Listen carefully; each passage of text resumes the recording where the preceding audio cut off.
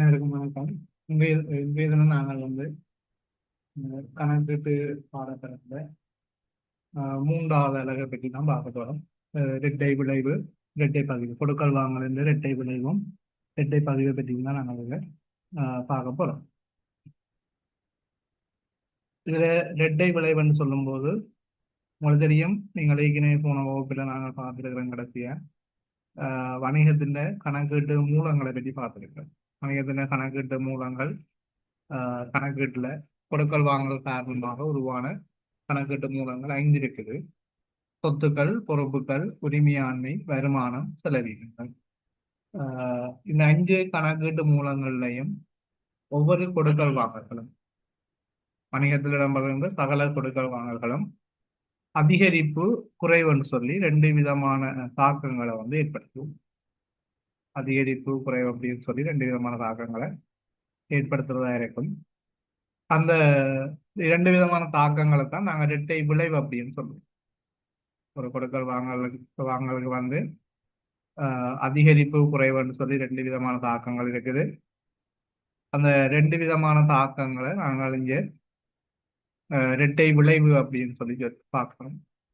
அப்ப நீங்க இரட்டை விளைவுன்னு சொல்லி என்னன்னு கேட்டால், வணிகத்தில் இடம்பெறுகின்ற கொடுக்கல் வாங்கல் கணக்கீட்டு சாரி கணக்கீட்டு மூலங்கள்ல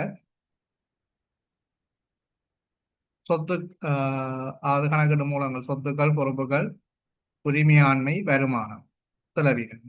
இந்த கணக்கீட்டு மூலங்கள்ல அதிகரிப்பு குறைவென்று சொல்லி ஏற்படுத்துகின்ற மாற்றங்களை நாங்கள் இரட்டை விளைவு அப்படின்னு சொல்லுவோம். இந்த 2 விளைவுகள், இரட்டை விளைவுகளும், அதிகரிப்பு குறைவென்று ஏற்படுற 2 விளைவுகளும்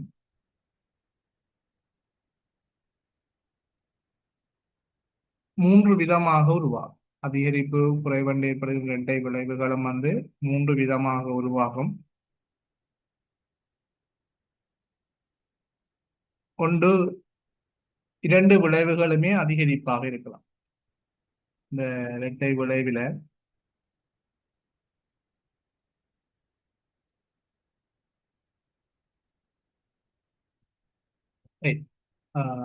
இரட்டை விளைவை பொறுத்தவரையில 3 விதமான விளைவுகள் உருவாகும். ஒன்று இரண்டுமே அதிகரிக்கிறதாக இருக்கலாம். பிளஸ் காட்டும் அதிகரிப்பண்டா. அப்ப 2 விளைவுகளும் என்ன செய்யலாம்? அதிகரிக்கிறதா இருக்கலாம். அடுத்தது இரண்டாவது பாத்தீங்கன்னா 2 விளைவும் குறைவடைகிறதா இருக்கலாம்.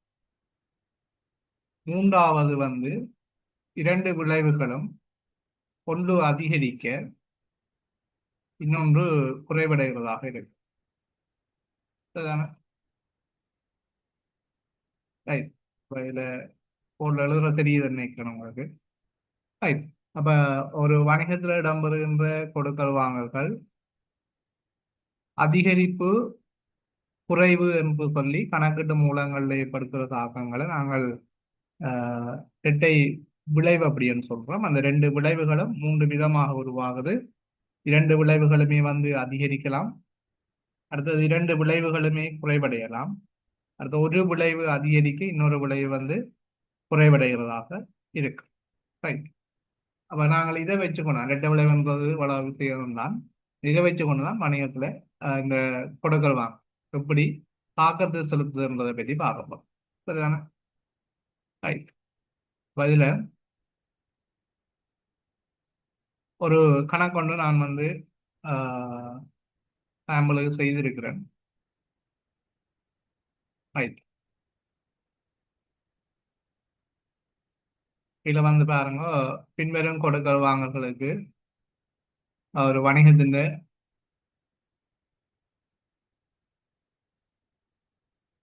கொடுக்கல் வாங்கல் தந்திருக்கேன். அதுல முதலாவது உரிமையாளர்கிட்ட மூலதனம் எழுத்து பிள்ளைகள் இருக்கும், அதை திருத்திக் கொள்ளுங்க. நீங்க திருத்தி வாசிக்கணும். ரைட். உரிமையாளர்கிட்ட மூலதனம் ரூபாய் 5 லட்சம் ரூபான்னு சொல்லியிருக்கேன். இது எப்படி வணிகத்தின் கணக்கீட்டு மூலங்கள்ல தாக்கத்து செலுத்தும். உங்களுக்கு கணக்கீட்டு மூலங்கள் தெரியும். 5 வகையான கணக்கீட்டு மூலங்கள் இருக்கிறது சொன்னான்.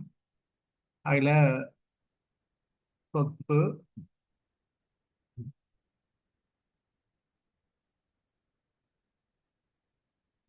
அது மாதிரி பொறுப்பு,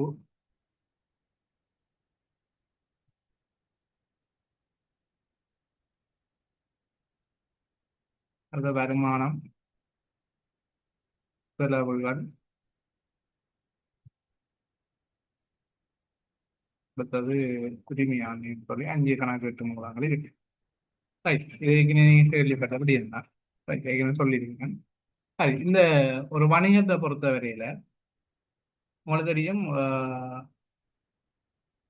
உரிமையாளர் வேற வணிகம் வேறன்ற அடிப்படையில தான் நாங்கள் கணக்கறிக்கைகளை தயாரிக்கிறோம். கணக்கறிக்கைகளை தயாரிக்கும் போது உரிமையாளர் வேற வணிக நிறுவனம் வேற என்ற அடிப்படையில தான் நாங்கள் கணக்கறிக்கைகளை தயார் செய்ய வேண்டும். ரைட், அப்ப உரிமையாளர் வேற வணிக நிறுவனம் வேற என்ற அடிப்படையில கணக்கறிக்கைகளை தயாரிக்க சொல்லுகின்ற எண்ணக்கரு ஒன்று இருக்குது. அதை சொல்லுவோம் நாங்கள் அழகுசார் எண்ணக்கரு அல்லது தொழில் முழுமைக்கூறு எண்ணக்கருன்னு சொல்லுவோம். அது வந்து வணிகம் வேற உரிமையாளர் வேற என்ற அடிப்படையில கணக்கறிக்கைகளை தயாரிக்கணும்னு சொல்ற எண்ணக்கரு அழகுசார் எண்ணக்கரு, அல்லது அதுக்கு இன்னொரு பேர் இருக்கு, தொழில் முழுமைக்கூறு எண்ணக்கருன்னு சொல்லுவோம். இன்னொரு பேர் இருக்குது, தொழில் முழுமைக்கூறு எண்ணக்கரு. அப்ப இந்த எண்ணக்கருக்கு அமைவாக வணிக நிறுவனங்கள் வேறுன்னு சொல்லியும் உரிமையாளர் வேறு அடிப்படையிலையும் கணக்கறிக்கைகள் தயாரிக்கப்படும். அப்ப உரிமையாளர் வணிகத்துக்கு கொண்டு வர்றதுக்கு நாங்கள் தனியாக அங்க ஒரு கணக்கு பேண வேண்டி இருக்கு. சரிதான். அப்ப இந்த உரிமையாளர் வணிகத்துக்கு கொண்டு வர விடயங்களை எல்லாத்தையும் நாங்கள் இந்த உரிமையாண்மைக்குள்ள பதிவு செய்யும். உரிமையாளர் வணிகத்துக்கு கொண்டு வந்தால் உரிமையாண்மை அதிகரிக்கும். உரிமையாளர் வணிகத்துக்கு கொண்டு வந்தால் உரிமையாண்மை அதிகரிக்கிறதா இருக்கு. ரைட், அதே மாதிரி உரிமையாளர் வணிகத்திலிருந்து எடுத்துக்கொண்டு போனால் உரிமையாண்மை குறைவடையும். இப்போ உரிமையாளர் வணிகத்துக்கு கொண்டு வரதெல்லாம் உரிமையாண்மையில அதிகரிப்பு ஏற்படுத்தும். அதே போல உரிமையாளர் வணிகத்திலிருந்து கொண்டு போறதெல்லாம் குறைவை ஏற்படுத்துவார். அப்ப இந்த உரிமையாண்மை யாருக்குரிய பகுதி என்றா உரிமையாளரோட சம்பந்தப்பட்ட பகுதி. அப்ப உரிமையாளரோட தொடர்படுகின்ற விடயங்கள் அனைத்தையும் நாங்கள் உரிமையாண்மையில கட்டாயம் ஒரு தாக்கமாக காட்டவும். உரிமையாண்மையோட ஒரு தாக்கம் கட்டாயம் உரிமையாண்மையோட இருக்கும். உரிமையாண்மையோட தொடர்புடைய விடயங்கள், உரிமையாளர் மூலதனம் கொண்டு வரது, மேலதிக மூலதனம் கொண்டு வரது, சொத்துக்கள் அதாவது மோட்டார் வாகனங்களை மூலதனமாக கொண்டு வரது, கடன் கொடுத்தவருக்கு தன் சொந்த காசை கொடுக்கிறது, வணிகத்தின் வங்கி கடனை தீர்க்கிறது, இப்படியான விடயங்கள் எல்லாம் மூலதனமாகவே கருதப்படும். மேலதிக மூலதனம் இடையில நடக்கிறபடியே இது மேலதிகம். அப்ப இதெல்லாம் உரிமையாண்மையில இதன் ஒரு விளைவு உரிமையாண்மையில அதிகரிப்பை ஏற்படுத்துவதாக இருக்கும். இன்னொரு விளைவு அது சொத்தோ பொறுப்போ எங்க ஒரு இடத்துல தாக்கத்தை செலுத்த போகும். வருமானமோ செலவினமோ ஏதோ ஒரு விதத்தில் அது தாக்கத்தை செலுத்தும். ஆனால் கட்டாயமாக உரிமையாளர் என்ற சொற்பதங்களை பயன்படுத்தும் போது அது ஒரு விளைவு எங்க இருக்கும்னு சொன்னால் உரிமையாண்மையில இருக்கு. அதை ஞாபகம் இருக்கணும்.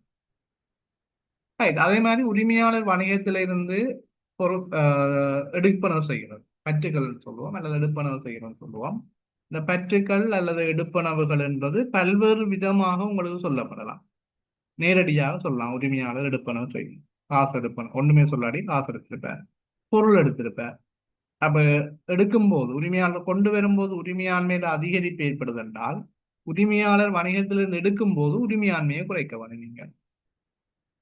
நீங்க தான் வணிக நிறுவனம். அப்ப உங்களோட வணிகத்திலிருந்து உரிமையாளர் எடுத்துட்டு போறாரு. அப்ப உரிமையாளரோட தொடர்பட்டபடிய உரிமையாண்மை அவர் எடுத்துக்கொண்டு போன உரிமையாண்மையை குறைச்சு விடுவீங்கள், அவர் கொண்டு வந்த உரிமையாண்மையை அதிகரித்து மாட்டீங்க. அப்ப உரிமையாளர் எடுப்பனவு செய்கிறது இப்ப அவர் தன்னுடைய பிள்ளைன்ற டியூசன் காசை கட்டலாம், வணிகத்திலிருந்து தன் வீட்டு மின்சார கட்டணத்தை செலுத்தலாம், தன் தொலைபேசி கட்டணம் செலுத்தலாம், அல்லது அந்த ஃபேமிலியை டூருக்கு கூட்டிக் கொண்டு போற காசு எடுக்கலாம். அப்படி அந்த உரிமையாளருடைய எடுப்பனவுகள் பல விதமாக சொல்லலாம். இப்ப ஒரு கடன்பட்டோர் அல்லது ஒரு வணிகத்துக்கு பெற வேண்டிய காசை உரிமையாளர் இந்த சொந்த அக்கௌண்ட்ல போடுறது, அதெல்லாம் பற்றுக்களாகவே கருதப்படும். வணிகத்துக்கு வார காசை அவர் வணிகத்தின் லாஜிக்கை போடாமல் தன் அக்கௌண்ட்ல கொண்டே போடுறது. அப்படி போட்டால் அல்லது அது பற்று விளங்குதானே? அப்ப பற்றுகள் இப்படி பல விடயங்களை பல விதமாக சொல்ல முடியும். இது உரிமையான புரிதல். அடுத்தது இந்த கணக்கு செய்ய பாத்தீங்கன்னா நாங்கள் சொத்துக்கள் என்று சொல்றது இது வணிகத்துக்கு சொந்தமானதெல்லாம் சொத்துக்கள். இங்க வணிகத்துக்கு சொந்தமானதெல்லாம் என்ன சொல்ல போறோம், சொத்துக்கள் அப்படின்னு சொல்லுவோம். அப்ப வணிகத்துக்கு கிடைக்கின்ற வளம், வளம் என்று சொல்லலாம். வணிகத்துக்கு கிடைக்கின்ற வளம் அல்லது வணிகத்துக்கு சொந்தமானதெல்லாம் சொத்துக்கள். இப்ப வணிகத்துக்கு என்னென்ன வருதோ அதெல்லாத்தையும் நாங்கள் சொத்துக்கள்னு சொல்லுவோம். அப்ப சொத்துக்களை ரெண்டு வகைப்படுத்தி பார்த்துக்கிறீங்க நீங்கள், நடைமுறை சொத்து, நடைமுறை சொத்துக்கள். அப்ப இதுக்கு கட்டாயம் உதாரணங்கள் தெரிஞ்சிருந்தா தான் நாங்கள் இந்த ரெட்டை விளைவு எழுதுறோம். அப்ப காசு இருக்கும், கடன்பட்டோர், இருப்புக்கள், சில்லறை காசு, காணி, கட்டிடம், தளவாடம், மோட்டார் வாகனங்கள், நிலையான வைப்புகள், ஒரு வருஷத்துக்கு மேற்பட்டவை, இப்படி சொத்துக்கள் நிறைய வணிகத்துல இருக்கு. பொறுப்புகள் என்று சொன்னா அதை நீங்க ஞாபகம் வச்சுக் கொள்ளுங்க. வணிகத்தால திருப்பி கொடுக்க வேண்டிய வணிகம், அதாவது உங்களால, இங்க தானே வணிகம், அதாவது உங்களுக்கு சொந்தம் இல்லாததெல்லாம் பொறுப்புகள், அப்படி யோசி. வணிகத்துக்கு சொந்தம் இல்லாததெல்லாம் பொறுப்புகள், வணிகத்துக்கு சொந்தமானதெல்லாம் சொத்துக்கள். இப்ப ஒரு ஆள் உனக்கு காசு தர வேண்டியிருந்தா அவர் தான் உனக்கு சொந்தம் தான். காசு தரும் வரையும் அவர் உனக்கு தான் உரித்து. அந்த காசு உனக்கு சொந்தம் என்றபடியால், உனக்குரியது என்றபடியால் அவர் சொத்து. அப்ப நீங்க ஒரு ஆளுக்கு கொடுக்க வேண்டியிருந்தால், அல்லது ஒரு கரங்காசு கட்ட வேண்டியிருந்தால், அல்ல ஒரு டெலிபோன் காசு கட்ட வேண்டியிருந்தால் அது பொறுப்பு. இன்னும் கட்டையில நாங்கள் அந்த நிறுவனத்துக்கு சொந்தமானதை கொடுக்க. அப்ப அது பொறுப்பாக இருக்கு. வருமானங்கள் நீங்க வணிகத்தால் உழைக்கப்படுற எல்லாம் வருமானம். உழைக்கும் போது ஏற்படுகின்ற கொடுப்பனவுகளை, செலவுகள் அப்படின்னு சொல்லி கணக்கு செய்வதற்கு ஞாபகம் வச்சுக்கலாம். ஆனா வரவிலக்கணத்தை பார்த்தீங்கன்னா அது வேறையா இருக்கு. ஆனா நீங்க கேள்விக்கு வரவிலக்கணம் தான் எழுதுவோம். என்ன சொத்தந்த கேட்டால் நீங்கள் வரவிலக்கணம் தான் எழுதணும். ரைட். அப்ப இதுல இப்ப ஒவ்வொரு கொடுக்கல் வாங்கல்களும் ஏதோ ஒரு விளைவை ஏற்படுத்த போகுதுன்னு சொல்லியிருப்பேன். அப்ப அது நீளமான விடயங்கள்னு சொல்லியிருப்பேன். அப்ப வணிகத்துக்கு சொந்தமானதெல்லாம் அல்லது வணிகத்துக்கு கிடைக்க வேண்டியது, வணிகத்துக்குரியதெல்லாம் சொத்துக்குள்ள பதிய வேணும். இன்னொரு ஆளுக்கு சொந்தமானது அல்லது நாங்கள் செலுத்த வேண்டி இருக்கிறது, வணிகத்துக்கு சொந்தம் இல்லாததெல்லாம் பொறுப்புக்க பதிய வேணும். அதே மாதிரி உரிமையாளருக்குரிய பகுதிகளை உரிமையாளர்கள் பதியும். இப்ப இங்க பாத்தீங்கன்னு சொன்னா, இப்ப உரிமையாளர் ஒரு வணிக நிறுவனம் இருக்குது. உங்களோட வளமையை நான் கூறி காட்டுறதான். இது ஒரு வணிக நிறுவனம். இந்த வணிக நிறுவனத்துல உரிமையாளர், இதுல உரிமையாளர்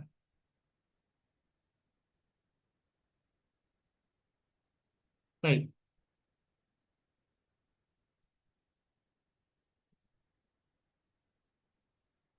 இவர் உரிமையாளர். இப்ப என்ன செய்தாருண்டா, நீங்கள் கற்பனை ரீதியா யோசிங்க. நீங்கள் வணிகத்தை நடத்தி கொண்டிருக்கிறார், உரிமையாளர் அல்ல, வணிகத்துல கணக்கு செய்கிறாள் அல்லது வணிகத்துல நடத்துறாள் நீங்கள்லாம், நீங்கள் உரிமையாளர் அல்ல. இப்ப நான் உரிமையாளர் நினைத்தால், உரிமையாளர்கிட்ட மூலதனம், உரிமையாளர்கிட்ட மூலதனம் என்றால் உரிமையாளர் கொண்டு வர வணிகத்துல கொண்டு போடுறது, இட்ட போடுறது, ரைட், உரிமையாளர்கிட்ட மூலதனம். அப்ப இவர் மூலதனமாக என்னத்தை கொண்டு வர ஒன்றுமே சொல்லு, என்னத்தை கொண்டு வந்தவர் சொல்லு, ஆகவே காசை தான் கொண்டு, இங்க ரூபான்னு சொல்லி இருக்குது, காசை கொண்டு வர. அப்ப இவர் காசை கொண்டு வரும்போது வணிகத்துல உங்களோட காசு பெட்டி லாட்சிக்குள்ள, இப்ப உங்களோட காசு பெட்டிக்குள்ள காசுன்ற அளவு என்ன செய்யும், அதுதான் பாக்குறது. காசுன்ற அளவு என்ன செய்யும், அதிகரிக்கிறதா இருக்கு. காசுன்ற அளவு அதிகரிக்கிறதா இருக்கு. ரைட். அப்ப காசு அதிகரிக்குது. இந்த காசு கணக்கீட்டு மூலம் இதுக்குரியது. இரட்டை விளைவு எழுதுக நேரடியாக காசு என்று எழுதிடாது, காசு அதிகரிக்க என்று எழுதிடாது. கணக்கீட்டு மூலங்கள்ல தான் அந்த தாக்கத்தை எழுதப்படும். அப்ப காசு இதுக்குரிய சொத்துக்குரிய. அப்ப இப்ப உண்ட கையில காசுன்ற அளவு என்ன செய்யுது, அதிகரிக்குது. அப்ப காசு அதிகரிக்குது, காசு சொத்து, ஆகவே சொத்து அதிகரிக்குதுன்னு சொல்லுவோம் பிரேக்கெட்டுக்குள்ளேயோ. நாங்கள் அல்லது சொத்தனம் காசு அப்படி ஏதோ ஒரு வகையில நீங்கள் ஒவ்வொரு இடத்துல ஒவ்வொரு மாதிரி படிக்கலாம். ஆனால் நாங்கள் பிரேக்கெட்டுக்கு எழுதி படிப்போம். இங்கே சொத்து அதிகரிக்கும், பிரேக்கெட்டு காசு போடுறோம். இப்ப ஒரு விளைவு சரி என்ன, ஒரு விளைவு சரி என்னன்னு சொன்னால் சொத்து அதிகரிச்சிருக்கு, இதுதான் ஒரு விளைவு. இப்ப இந்த காசு யார் தந்தது, உரிமையாளர் தந்தவர். அப்ப இவர்கிட்ட நீங்க வாங்கிட்டீங்க, வாங்கினா திருப்பி கொடுக்கணுமா இல்லையா, கொடுக்க வேணும். ஏன்னா உரிமையாளர் வேற, வணிகம் வேற அடிப்படையில நான் கணக்கறிக்கையை தயாரிக்கணும்னு சொல்லி இருக்கிறேன். ஆகவே இங்க உரிமையாளர் ஆகவே உரிமையாளர்கிட்ட வாங்கிட்டீங்க. அப்ப உரிமையாளர்கிட்ட வாங்கினா உரிமையாளர் திருப்பி கொடுக்க வேணும். உரிமையாளர் கொடுக்க வேண்டிய பெறுமதியும் என்ன செய்யும் சொன்னா அதிகரிக்கும். உரிமையாளர் கொடுக்க வேண்டிய பெறுமதியும் அதிகரிக்கும். அது மூலதனம். உரிமையாளர் வணிகத்துக்கு கொண்டு வரதுக்கெல்லாம் பேர் மூலதனம். அப்ப மூலதனம் வணிகத்துல அதிகரிக்குது. மூலதனம் அந்த எந்த கணக்கீட்டு மூலத்துக்குரியன்னு சொன்னால் இதுல உரிமையாண்மைக்குரிய. அப்ப உரிமையாண்மை அதிகரிக்கும். அப்ப உரிமையாண்மை அதிகரிக்கும் விரயத்துக்குள்ள மூலதனம் சொல்லு. சரிதானே? அப்ப இதைத்தான் நான் இதுல எழுதியிருக்கிறேன். சொத்து அதிகரிக்குது, காசு, அடுத்தது மூலதனம், உரிமையாண்மை அதிகரிக்குது, மூலதனம் சொல்லி எழுதியிருக்கிறேன் பாருங்க. அப்ப இது உரிமையாளர்கிட்ட மூலதனத்துக்குரிய இரட்டை விளைவு. அது ஒரு காலம் இரட்டை விளைவு மாறாது. சொத்து அதிகரிக்கும் காசு, இந்த உரிமையாண்மை அதிகரிக்கும் மூலதனம். ஓகேயா? இது முதலாவது கொடுக்கல் வாங்கலுக்குரிய இரட்டை விளைவு. உரிமையாளர்கிட்ட மூலதனம் என்பதற்குரிய இரட்டை விளைவு. ரைட். அடுத்தது பாருங்க. வங்கியில் பெற்ற கடன் ரூபாய் 2,50,000. இப்ப வங்கியில கடன் வாங்குறீங்க. ரைட். வங்கியை பாருங்க. இதுல இது ஒரு வங்கி. யார் கடன் வாங்குவார் வங்கிட்ட போய்? வணிகம் தான் வாங்க. உரிமையாளருக்கு உரிமையாளர் கொண்டு வரதும் எடுத்துட்டு போனாதான் வேலை, வேற ஒரு வேலையும் இல்லை. சரிதானே? அப்ப ஒரு காலம் உரிமையாளர் கடன் வாங்குறதுல ரைட். அப்ப வங்கியில கடன் வாங்குறார்.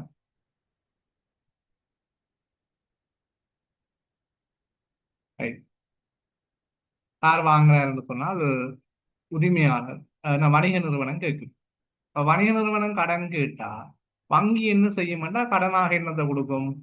காசை தான் கொடுக்கும். இப்ப உங்க கையில காசுன்ற அளவு என்ன செய்யும்? அதிகரிக்கும். இப்ப வங்கிட்ட போய் கடனை கேட்டா சரிதானே? வங்கி கடனாக என்னத்தை கொடுக்கும்னா காசை தான் கொடுக்கும்.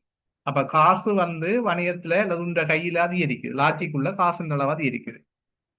சரிதானே? இப்ப வணிக நிறுவனம் தானே. அப்ப காசு வந்து லாட்சிக்குள்ள அந்த காசு பெட்டிக்குள்ள அதிகரிக்கும். இந்த காசு யார் காசு அதிகரிச்சா காசு சொத்துக்குரியதானே. அப்ப சொத்தும் என்ன செய்யும்? அதிகரிக்கும். அப்ப சொத்து அதிகரிக்கும்னு சொல்லுவோம். கிடைக்கிற காசு. இந்த காசு யார் தந்தான்னா வங்கி தந்தது. வங்கிட்ட என்னன்னு சொல்லி வாங்கினாங்க? கடன் என்று சொல்லி கேட்டான். வங்கிட்ட வாங்குற கடன் வங்கி கடன் என்ற பேர்ல அழைக்கப்படும். இப்ப வங்கிட்ட கடனா தானே கேட்டுறீங்க. இப்ப வங்கி கொடுக்க வேண்டிய கடன் அளவுக்கு என்ன நடக்கும்? இந்த காசு உனக்கு சொந்தமா இல்லதானே. அது வங்கிட்ட கடன் என்று சொல்லி வாங்கினோம். அப்ப வங்கி கொடுக்க வேண்டிய அளவு என்ன செய்யும்னா அதிகரிக்கும். அப்ப வங்கி கடன் எதுக்குரியது? பொறுப்புக்குரிய. வங்கி கடன் பொறுப்புக்குரிய. அப்ப பொறுப்பும் அதிகரிக்கும். வங்கி கடன் அதிகரிக்கிறபடியால் கடன் அளவு அதிகரிக்கிறபடியால் பொறுப்பு அதிகரிக்கும். அப்ப நாங்கள் இதுக்கு இரட்டை விளைவு எழுதுவோம். ஒன்று சொத்து அதிகரிக்கும் காசு, வணிகத்துக்கு காசு வாரபடியா சொத்து அதிகரிக்கும் காசு, அடுத்தது பொறுப்பு அதிகரிக்கும் வங்கி கடன். சரிதான்? ரைட். அப்ப இது இரண்டாவது இரட்டை விளைவு. சொத்து அதிகரிக்கும் காசு, பொறுப்பு அதிகரிக்கும் வங்கி கடன் சொல்லியிருக்கேன். ரைட். அப்ப இதுல உங்களுக்கு கிளியர். இந்த ரெண்டு விஷயம் கிளியரா இருக்கும்னு நினைக்கிறேன். அடுத்த மூன்றாவது பாருங்க. காசுக்கு பொருட்கள் கொள்ளளவு 150,000. இப்ப காசுக்கு பொருட்களை கொள்ளளவு செய்தோம்டா என்ன நடக்கும்? இப்ப இது என்ன நடக்கண்டா நீதான் யோசிக்கணும். உங்க வணிக நீ சொல்ற மாதிரி யோசிப்பாரு. காசுக்கு பொருட்களை நீ வாங்குறாய். அப்ப என்னத்தை கொடுத்து வாங்குவாய்? காசை கொடுத்துட்டு பொருளை வாங்குவாய். அப்ப வணிகத்துல இருந்து என்ன செய்யும்டா காசு வெளியில போகும். காசு என்ன செய்யும்? வெளியே நோக்கி போகும். அப்ப காசு குறைவடையும். என்ன வாங்கினி? பொருள் வாங்கினி. அப்ப பொருள் வாங்கினா பொருள் வணிகத்துக்கு வரும். அந்த பொருட்கள் தானே கொள்ளணும் செய்யறது. பொருளை நாங்கள் இந்த இருப்புன்ற பேர்ல சொல்லுவோம். பொருளை என்ன சொல்லுவோம்? இருப்புன்னு சொல்லுவோம். அப்ப இருப்பு வணிகத்துக்கு ஒரு சொத்து. இருப்பு வணிகத்துக்கு ஒரு சொத்து. அப்ப இருப்பு வணிகத்துல அதிகரிக்கும். வணிகத்துக்கு இருப்பு வருது. பொருட்கள் வாரபடியால் பொருட்கள் அதிகரிக்குது. ஆகவே இருப்பு அதிகரிக்குது. இருப்பு சொத்துன்றபடியே சொத்து அதிகரிக்கும். அப்ப காசுக்கு பொருட்கள் கொள்ளணும் செய்யறோம். கொள்ளணும் செய்ய பொருட்கள் வணிகத்துக்குள்ள வருகுது. வணிகத்தை விட்டு காசு வெளியில போகுது. அப்ப காசு குறைவடையும். பொருட்கள் அதிகரிக்கும். பொருட்களை நாங்கள் இருப்புகள்னு சொல்லுவோம். அப்ப இருப்பு சொத்துக்குரியது. சொத்து அதிகரிக்கும் சொல்லி பிறகு இருப்பு. காசு குறைவடையுது. காசும் சொத்துக்குரியது. அப்ப சொத்து குறைவடையுது. காசுன்னு சொல்லு. சொத்து குறைவடையுது. காசுன்னு சொல்லு. அப்போ காசுக்கு பொருட்கள் கொள்ளணும் செய்தா பொருள் வணிகத்துக்கு வெறும் இருப்பு அதிகரிக்கும். அதே போல காசு வணிகத்தை விட்டு வெளியில போகும். காசு கொடுத்தா வாங்குவீர்கள், ஆகவே சொத்து குறைவடையும் காசு. சரியான ரைட். பாருங்க, இதுல சொத்து அதிகரிக்கும் இருப்பு 150,000, சொத்து குறையும் காசு 150,000 போட்டு. சரியான ரைட். ஓகே, இப்ப அடுத்தது பா. நாலாவது, காசுக்கு விற்பனை வருமானம். அப்ப காசுக்கு நாங்கள் என்ன செய்யணும்டாபன், விற்பனை செய்யணும். இங்க எவ்வளவு பொருள் வித்தன்னு சொல்லல, விற்பனை செய்ததாலும் உனக்கு நீ எவ்வளவு உழைச்ச அவ்வளவுதான் இங்க கதை. ஆனா நீ பொருள் போகும்லாம் யோசி போகும் தான். ஆனா இங்க சொல்லப்பட்டதுல விற்பனை நீ உழைச்ச வருமானம் எவ்வளவுன்னா சொல்லிடு. நீ உழைச்ச விற்பனை செய்தாலும் உனக்கு கிடைச்ச வருமானம் எவ்வளவு, 2,00,000 ரூபாய் வருமானம். எவ்வளவு பொருளை வித்தனீங்கலாம் இங்க கதை கேளு. அப்ப காசுக்கு வித்ததால உனக்கு கிடைச்ச வருமானம் 2,00,000 ரூபாய். அப்ப வணிகத்துக்கு என்ன செய்ய மாட்டா, காசு வேணும்.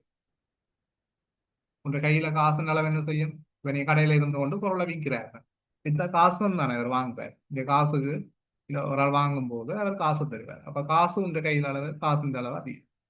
இது உழைச்ச உழைப்பு இல்லை, வருமானம். அப்ப உழைக்கும் போது வருமானங்கள் அதிகரிச்சு கொண்டு போகும். வருமானம் என்ன செய்யும்? அதிகரிச்சு கொண்டு போகும். என்ன வருமானம் அதிகரிக்குது? விற்பனை வருமானம் அதிகரிக்கும். ஆகவே வருமானம் அதிகரிக்கும் விற்பனை சொல்லியிருக்காரு. ரைட். காசும் அதிகரிக்குது. அப்ப காசுக்கு தொழில் காசு அதிகரிக்குது, காசு ஒரு சொத்து. ஆகவே சொத்து அதிகரிக்கும் காசு. ரைட். ஓகே, பாருங்க. இப்ப சொத்து அதிகரிக்கும் காசு 2,00,000 ரூபாய், வருமானம் அதிகரிக்கும் விற்பனை 2,00,000 ரூபாய். சரியான சந்தேகம் இருந்தால் நீங்கள் விலங்கையில் சொன்னா மெசேஜ் பண்ணலாம். Okay,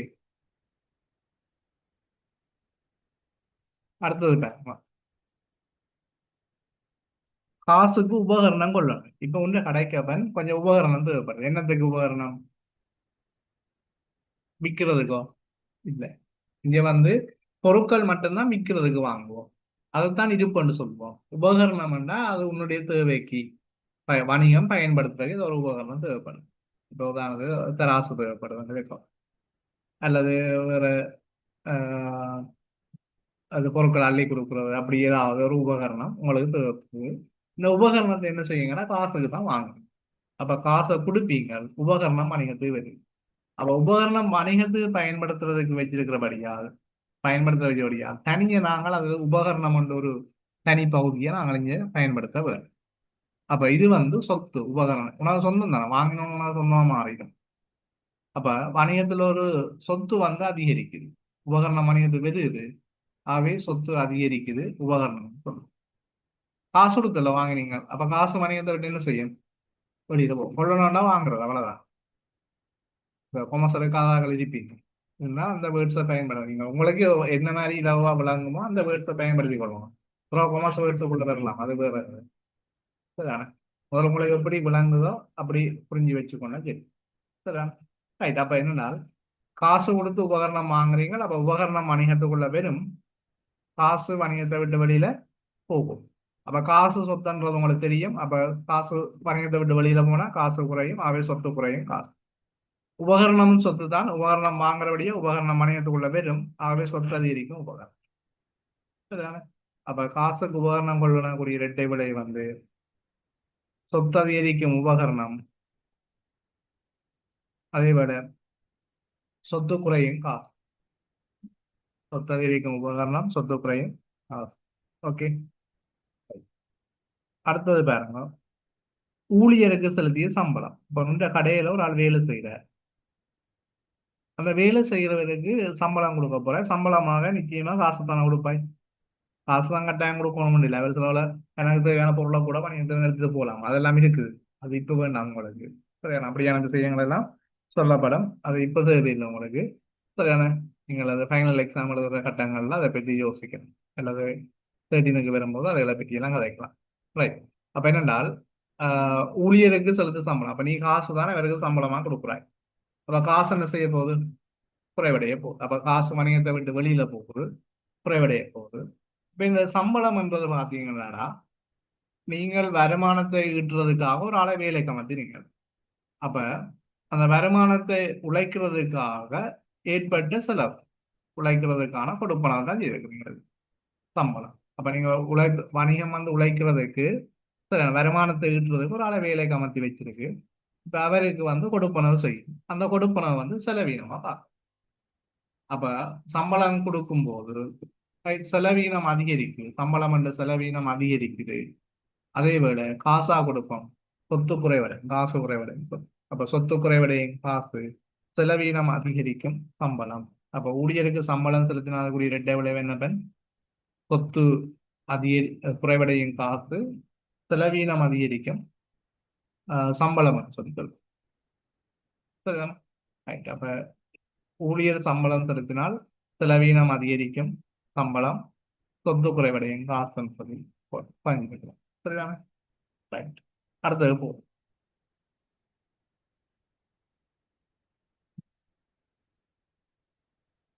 right. இதுல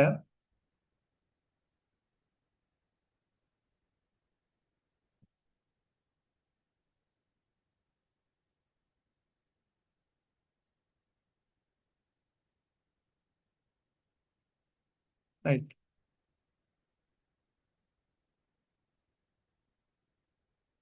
உரிமையாளர் காசு பெற்று வேற உரிமையாளர் என்ன செய்யறாருன்னா வணிகத்துல தண்ட தேவைக்கு காசு இருக்கு. காசு எடுத்தால் காசு என்ன செய்யும்? குறைவடை. அப்ப வணிகத்தை விட்டு காசு வெளியில போகுது. அப்ப உங்களுக்கு தெரியும் காசு வந்து இங்க ஒரு சொத்தொண்டு தெரியும். சொத்தொண்டு தெரியும் உங்களுக்கு. ஆகவே காசு வெளியில போறபடியால் சொத்து குறைவடையும், காசு குறைவடையும், அது சொத்து குறையும். யார் எடுத்தது? உரிமையாளர். அப்ப உரிமையாளர் எடுத்தால் அவர் கொன்றைய உரிமையாண்மையை கூட்டினீங்கள். அப்ப உரிமையாளர் எடுத்துக்கொண்டு போய் உரிமையாண்மை என்ன செய்யும்? குறைவடையும். உரிமையாண்மை குறைவடையும். அப்ப உரிமையாண்மை குறைவடையுது பற்று. உரிமையாண்மை குறைவடைது என்னது? பற்று. அதே போல சொத்து குறைவடையும் காசு. உரிமையாண்மை குறைவடையும் பற்று, சொத்து குறைவடையும் காசு. ரைட். அடுத்தது பாருங்க.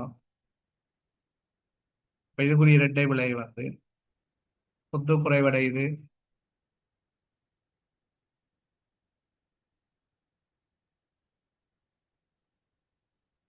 சொத்து குறையும் காசு, உரிமையாண்மை குறையும் பற்று. இதாங்க அதிகரிக்கும் என்று வந்துட்டு அது ஒரு அது உரிமையாண்மை குறையும் என்று தான் வருமா? ரைட். ஓகே.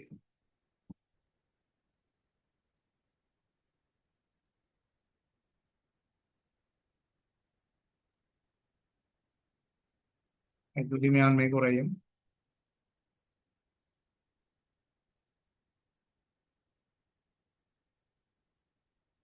ரைட். அடுத்த பாருங்க. ஆஹ் உரிமையாளர்கிட்ட மேலதிக மூலதனம். இதுவும் மூலதனம் மாதிரி தான். சரியான மூலதனத்துக்குரிய வணிகத்தை கொண்டு வர அவை காசு அதிகரிக்குது. இங்க ஒண்ணுமே சொல்லாதபடியே காசு, காசை கொண்டு வர. அப்ப சொத்து அதிகரிக்கும் காசு, அதே போல உரிமையாண்மை அதிகரிக்கும் மூலதனம். அடுத்தது பாருங்க, பெற்ற வாடகை வருமானம். நாங்கள் வாடகை வருமானம் ஒன்று பெற்றிருக்கிறோம். அப்ப வாடகை வருமானம் அது நாங்கள் உழைச்சது. அப்ப வருமானம் அதிகரிக்கும். Right. என்ன வருமானம் அதிகரிக்கிறதா? வாடகை வருமானம் அதிகரிக்கும். வருமானமாக என்ன வருது? இங்க காசு பெற்றிருக்கிறபடியா காசு பெற்றிருக்கலாம். அவை காசு அதிகரிக்கும். காசு சொத்துக்குரியபடியா சொத்து அதிகரிக்கும். சரியா? அப்ப வாடகை வருமானம் பெற்றபடியா வருமானம் அதிகரிக்குது. அதே போல ஆஹ் சொத்தும் இல்லை. நீங்க வருமானம் வாடகை என்று போட்டாலே ஓகே. பெற்ற வாடகை என்பதை விட வாடகை என்று போட்டாலும் ஓகே. ரைட். அப்ப சொத்து அதிகரிக்கும் காசு, வருமானம் அதிகரிக்கும் வாடகை. அடுத்தது பாருங்க, கடனுக்கு பொருட்கள் கொள்ளணும். அப்ப முதல் காசு கொள்ளணும் செய்வீங்களா? இப்ப என்ன செய்வீங்கன்னா கடனுக்கு கொள்ளணும் செய்வீங்க. அப்ப கடனுக்கு கொள்ளணும் செய்வீங்கன்னா உங்களுக்கு கடன் ஒரு ஆள் திருத்தான. இப்ப உண்ட தேவைக்கு கடனுக்கு ஒரு ஆள் கொள்ளணும் செய்யணும். இப்ப ஒரு கடனுக்கு உனக்கு கடன் தார ஒரு ஆள் இருப்பேன். அவர் ஒரு நிறுவனமா இருக்குமே, நாங்களே இதை ஆளுக்கு இருக்கு சொன்னா. ரைட். அப்ப இவர்கிட்ட தான் பொருள் வாங்க. இப்ப பொருள் என்ன செய்யுது? நமக்கு வணிகத்துக்கு வரும். அப்ப கொள்ளுணர்வு செய்தா நீ கடனுக்கு கொள்ளுணர்வு செய்தாலும் சரி, காசுக்கு கொள்ளுணர்வு செய்தாலும் சரி, அது வந்து கட்டாயம் பொருள் வணிகத்துக்கு வரும். பொருள் என்றது இங்க இருப்பு. ஆகவே சொத்து அதிகரிக்கும். இருப்பு அதிகரிக்கிறபடியே சொத்து அதிகரிக்கும். கடனை கொள்ளுணர்வு செய்தாலும் சரி, காசு கொள்ளுணர்வு செய்தாலும் சரி, சொத்து அதிகரிக்கும். இருக்கு பொருட்கள் வாங்குறேன். இந்த கடன் தாரவரை நாங்கள் என்ன செய்ய மாட்டோம்? கடன் கொடுத்தோம்னு சொல்லுவோம். அது கடனுக்கு பொருட்கள் கொள்ளுணர்வு செய்யும் கடன் தாரவர் இருக்காரு. அவர் வந்து ஒரு கடன் கொடுத்தோர் சொல்றார். சரி, ஒரு நபர்கிட்ட நீ வா, யார் வாங்கினது கடன்? வணிகம்மா. அப்ப பொருட்கள் வந்து கடனுக்கு வாங்கும்போது அந்த உனக்கு கடன் தாரவருக்கு பேர் கடன் கொடுத்தோர். அப்ப இந்த கடன் கொடுத்தவருக்கு நீ காசு கொடுக்க வேணுமா இல்லையா? திருப்பி கொடுக்க வேணும். அப்ப திருப்பி கொடுக்க வேண்டிய எல்லாம் என்ன? பொருள். அப்ப வணிகத்துல கடன் கொடுத்தவர் ஒரு பொருள். அப்ப இப்ப கடன் கொடுத்தவர் இந்த நபருக்கு கொடுக்க வேண்டிய காசின் அளவு என்ன செய்யும்? நீ அவர்கிட்ட கடன்மா. அப்ப காசு என்ன செய்ய போகுது? அதிகரிக்க போகுது. அவருக்கு கொடுக்க வேண்டிய அளவு என்ன செய்ய போகுது? அதிகரிக்க போகுது. அப்ப இதுல வந்து பாத்தீங்கன்னா பொறுப்பும் அதிகரிக்கும், அது கடன் கொடுத்தோம். அப்ப இதுல வந்து சொத்து அதிகரிக்கும் இருப்பு, அதுல பொறுப்பு அதிகரிக்கும் கடன் கொடுத்தோம். சரிதானே? எழுத்து கடன் கொடுத்தவர்கள் எழுத்து பிழை இருக்குது. சரிதானே? ரைட். ஓகே. அடுத்தது பார்ப்போம். கடனுக்கு பொருட்கள் விற்பனை வருவாய். விற்பனை வருமானம். கடனுக்கு பொருட்கள் விற்பனை வருமானம். சரிதானே? ரைட். அதுல வந்து ஏஐ தான் டைப் பண்ணது, அது சிலது பார்க்க மறந்துட்டேன். வருவாய் என்று டைப் பண்ணி இருக்குது. ஓகே. அதுல கடன் கொடுத்த சில எழுத்து பிள்ளை எல்லாம் அதுதான் காரணம். ரெண்டுல பார்த்தலாம், இருந்தாலும் சிலது தவறுபட்டு போச்சு. ஓகே. கடனுக்கு பொருட்கள் விற்பனை வருமானம். ரைட். இப்ப இதுல கடனுக்கு பொருட்கள் விற்பனை வருமானம் வந்து அப்ப விற்பனை என்று சொன்னால் எப்பவுமே வருமானம் அதிகரிக்கும், அதுல மாற்றம் இல்லை. ஞாபகம் வச்சுக்கோங்க. அப்ப வருமானம் அதிகரிக்குது. வருமானம் அதிகரிக்க போது அதிகரிக்கிற வருமானத்தை பேர் விற்பனை. கடனுக்கு, அதாவது ஒரு அளவு கடனுக்கு விற்கிற இப்ப நீ இப்ப எனக்கு விற்கிறேன்டா, நான் என்ன செய்யணும்? கடன் வாங்கிட்டேன் உன்னிட்ட, வணிகத்திட்ட. அப்ப எப்போ ஒரு நாளே கடன் திருப்பி தரணும், வாங்கின கடன் திருப்பி தர தானே வேணும். அப்ப அது வரைக்கும் நீ சொல்லுவ என்ன பார்த்து? கடன் பட்டோர் என்று சொல்லு. உன்னிட்ட கடன் வாங்கினாலுக்கு என்ன பேர்? கடன் பட்டோர். நீ கடன் வாங்கினாலுக்கு என்ன பேர்? வணிகம். கடன் வாங்கினாலே கடன் கொடுத்தோம். அப்ப கடனுக்கு விற்க கடன் பட்டோரும், கடனுக்கு கொள்ளணும் செய்ய கடன் கொடுத்தோரும் தொடர்படுவார் என்றதை ஞாபகம் வச்சுக்கொள். அப்ப நான் உனக்கு திருமணம் இல்லோ, திரும்பரைக்கும் நான் உனக்கு சொந்தம். அவ்வளோ உனக்குரியது. அப்ப சொத்து உனக்குரிய வளம். உனக்குரிய வளம் ஒன்றே நட்டை இருக்கு. அப்ப திரும்பரைக்கும் சொத்து. அப்ப கடன் பட்டோர் சொத்து அதிகரிக்கும், கடன் பட்டோர் என்ற சொத்து அதிகரிக்கும். கடன் பட்டோர் என்ற சொத்து அதிகரிக்க போகும். ரைட். ஓகே. அடுத்தது பாருங்க. உரிமையாளர் பொருள் பெற்று. எப்ப அவர் பொருள் பெற்றெடுத்தாலும் சரி, காசு பெற்றிருந்தாலும் சரி, ரைட், வணிகத்துல உரிமையாண்மை குறைந்துதான் ஆகும். அவர் பெற்றென்று சொன்னா உரிமையாண்மை குறையும். சரிதானே? பொருள் எடுத்தபடியே பொருளை நாங்கள் இருப்புன்னு சொன்னாங்க. அப்ப இருப்பு என்னத்துக்குரியது? சொத்துக்குரியது. இருப்பு என்ன கணக்கிட்டு மூலத்துக்குரியன்னா சொத்துக்குரியது. அப்ப சொத்து எடுத்து கொண்டு போறாங்கன்னா சொத்து குறைவடையுது, இருப்புன்னு போடுவோம். அப்ப சொத்து குறையும் இருப்பு, உரிமை எடுக்கிறவடைய உரிமையாண்மை குறையும், பெற்றென்று குறையும். அது காசுக்கு எடுத்தாலும் சரி, கடனுக்கு எடுத்தாலும் சரி, அது நீங்கள் பெற்றென்று தான் சொல்லுவீங்க. உரிமையா சாரி, காசு எடுத்தாலும் சரி, பொருள் எடுத்தாலும் சரி, நீங்கள் அதை பெற்றென்று தான் சொல்லுவீங்க. உரிமையாண்மை குறையும் பெற்று. ஓகே தானே? ரைட். அடுத்தது வேற, மீள செலுத்தியா வாங்கிக்கிறேன். அப்ப இப்ப வங்கிட்ட வாங்கின கடனை திருப்பி கொடுக்குறாய். திருப்பி கொடுக்க என்னத்தை கொடுக்கணும்? காசு தான் கொடுக்கணும். அப்ப காசு என்ன செய்யும்னா குறையும். திருப்பி கொடுக்கும்போது காசு குறையும். வாங்கின கடனை திருப்பி கொடுக்கும்போது கடன் அளவு என்ன செய்யும்?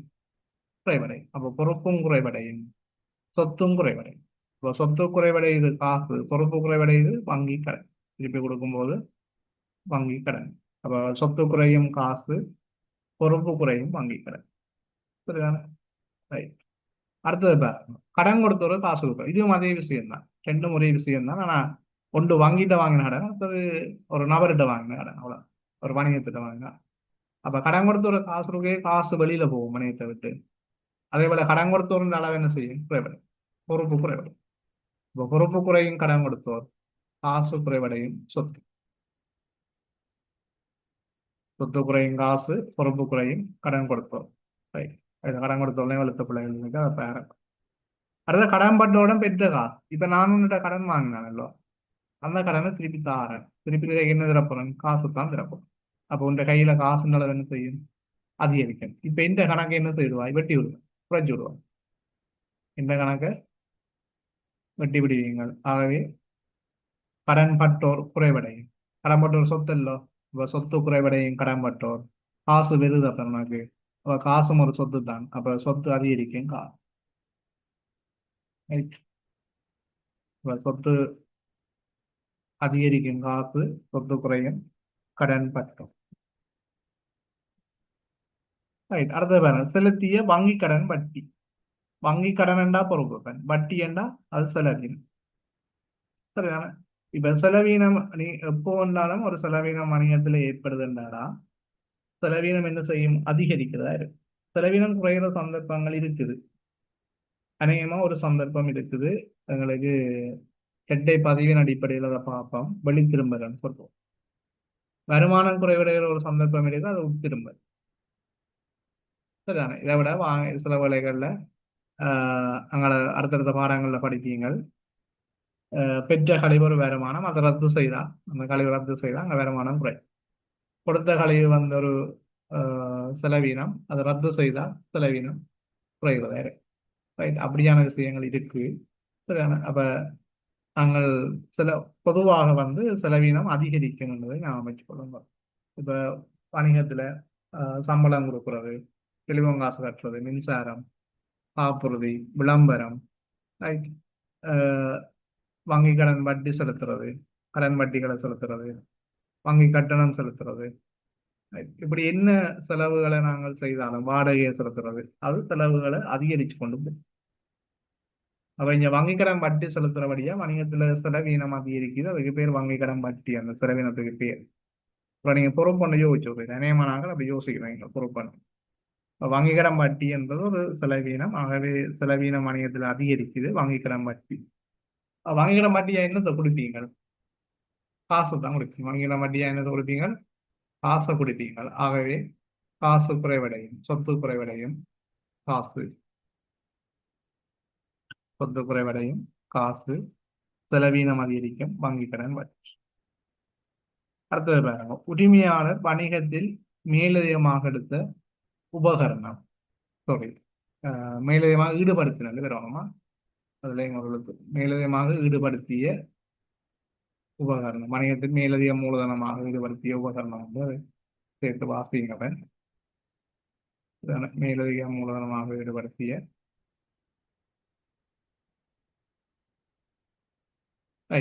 ஈடுபடுத்திய உபகரணம் வந்து வாசிங்க. என்ன பிரச்சனைனா அதுல அவங்களோட பொண்டு இந்த பொண்டு மஞ்ச லெஃப்ட்ல எடுத்தோம். ரைட். இப்ப இதுல மேலதிகமாக ஈடுபடுத்திய உபகரணம் அல்லது மூலதனம், மேலதிக மூலதனமாக ஈடுபடுத்திய உபகரணம் என்று வாசிக்கணும். அப்ப இங்க சொத்து கொண்டு வர அவர் உபகரணத்தை கொண்டு வர வணிகத்துக்கு காசு வந்தாலும் சொத்து தானே சார். ஆனா உபகரணத்தை கொண்டு வர, ஆகவே சொத்து அதிகரிக்குது உபகரணம். உரிமையாளர் கொண்டு வந்தபடியா உரிமையாண்மை ஒரு மூலதனம் தானே.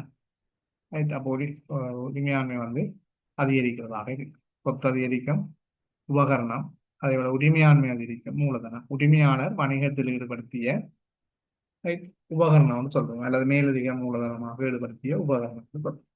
சரிதானே? ரைட். அவர் சொத்து அதிகரிக்க போது உபகரணம், உரிமையாண்மை அதிகரிக்கும் மூலதனம். அப்ப இதை ஞாபகம் வச்சுக் கொள்ளுங்க. என்னன்னா அவர் என்ன வடிவத்துல கொண்டு வந்தாலும் உரிமையாண்மை அதிகரிக்குது. அதே போல அவர் கொண்டு வர்றது அநேகமா வந்து சொத்துக்களாக தான் இருக்கு, அல்லது வணிகத்துல பொறுப்பொண்ட தீர்க்கிறார். பொறுப்பொண்ட தீர்க்கிறதாக இருக்கு. அடுத்தது பாருங்க, செலுத்த வேண்டிய மின்சார கட்டணம். அங்கதான் முக்கியம். அந்த செலுத்த வேண்டியது பாருங்க, செலுத்த இப்ப இந்த செலுத்த வேண்டிய இந்த வேர்ட்ஸ் இல்லாம மின்சார கட்டணம் இருந்தா அது செலவீனம் அதிகரிக்கும், காசு குறை. மின்சார கட்டணம் இப்ப செலுத்த வேண்டி இருக்குன்னா இன்னும் செலுத்த இல்லை, மின்சார கட்டணம் செலுத்த இல்லை, கொடுக்க வேண்டிக்கிறாங்க. யாரை கொடுக்க வேண்டிய மின்சார சபைக்கு நீ செலுத்த வேணும். அப்ப இன்னொரு ஆளை கொடுக்க வேண்டியதை நீங்க என்ன எந்த கணக்கீட்டு மூலத்துக்குள்ள கொண்டு வருவீங்க? பொறுப்பாக கொண்டு வருவீங்க. அப்ப செலுத்த வேண்டிய நீ வந்து வருமானத்தை ஈட்டுறதுக்காக அல்லது உழைக்கிறதுக்காக வந்து கரண்டை பயன்படுத்தி மின்சாரத்தை பயன்படுத்தி இப்ப கரண்ட் பில் வந்துட்டுது. அப்ப அது ஒரு செலவீனம். அதுக்கான நீ வந்து உழைக்கும் போது ஏற்படுற கொடுப்பனம் வந்து ஒரு செலவீனம். அப்ப செலவீனம் வணிகத்தில் அதிகரிக்கு. ஆனா இன்னும் என்ன செய்யல, அந்த மின்சார கட்டணம் மின்சார சபையை கொடுக்கு. அப்ப கொடுக்க வேண்டி இருக்கிறபடியாக, கொடுத்து தீர்க்க வேண்டி இருக்கிறபடியாக அது ஒரு பொறுப்பாக இருக்கு. அப்ப செலுத்த வேண்டிய மின்சாரம் அல்லது சென்மதி மின்சாரம், அதுக்கு அட்டுரு, நிலுவை என்றெல்லாம் பெயர்கள் இருக்கு. சரியான இதை வந்த அப்புறம் ஞாபகப்படுத்தணும். அப்புறம் நீங்க அதை ஏற்படுறது இல்லை. நீங்க உங்களோட செகண்ட் வந்து இந்த சொற்பதங்களை பயன்படுத்துவீங்க.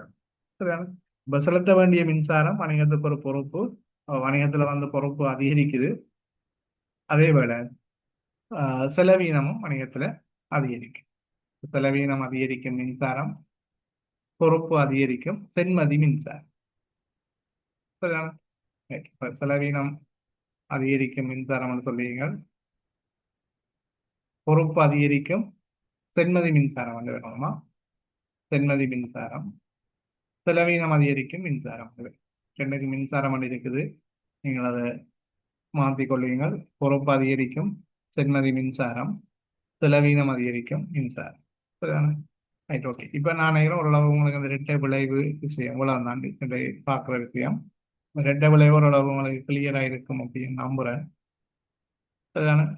ரைட். இதுல ஒரு கேள்வி ஒன்று உங்களுக்கு நான் அதில் போட்டு வைப்பேன்.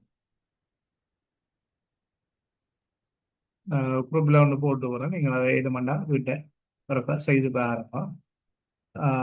வார வகுப்பு நாங்கள் ரெட்டை பதிவு பகுதிகளை பார்ப்போம். இந்த ரெட்டை விளைவு அங்கே ரெட்டை விளைவு பற்றி தான் கதைப்போம். ரெட்டை பதிவையும் ரெட்டை விளைவையும் சேர்த்து பார்ப்போம்.